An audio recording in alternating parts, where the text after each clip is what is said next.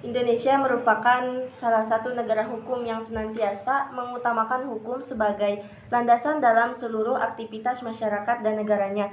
Hal ini dinyatakan secara tertulis dalam Pasal 1 Ayat 3 UUD 1945 hasil amandemen.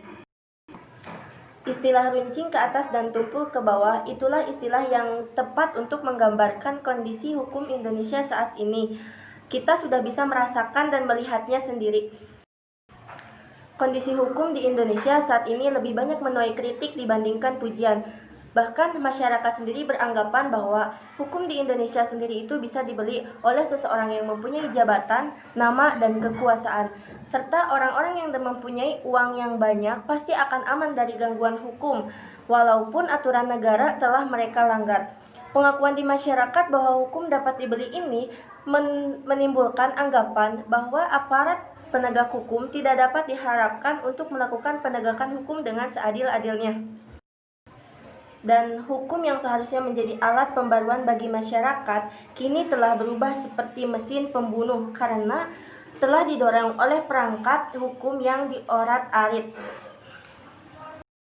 Orang biasa yang ketahuan melakukan tindak pencurian kecil, seperti halnya Saudara Hamdani yang mencuri sendal jepit bolong di perusahaan tempat ia bekerja di Tangerang, serta Nenek Minah yang mengambil 3 butir kakao di Purbalingga langsung ditangkap dan dihukum seberat-beratnya. Sedangkan seorang pejabat negara yang melakukan korupsi uang milik negara miliaran rupiah dapat berkeliaran dengan bebasnya.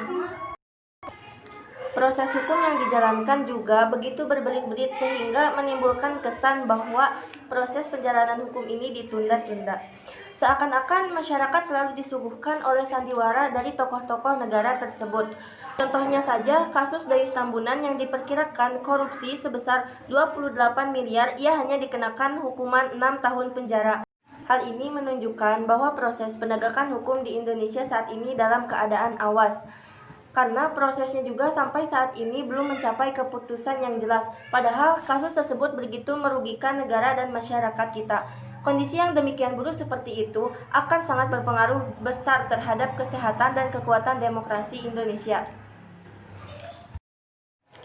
Hukum sebaiknya bersifat mendidik, karena hukum itu merupakan peraturan atau sebuah norma yang tujuannya untuk mengatur tingkah laku manusia, menjaga ketertiban, keadilan, dan mencegah kekacauan.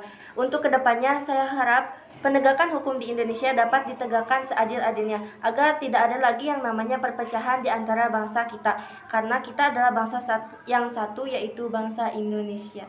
Terima kasih.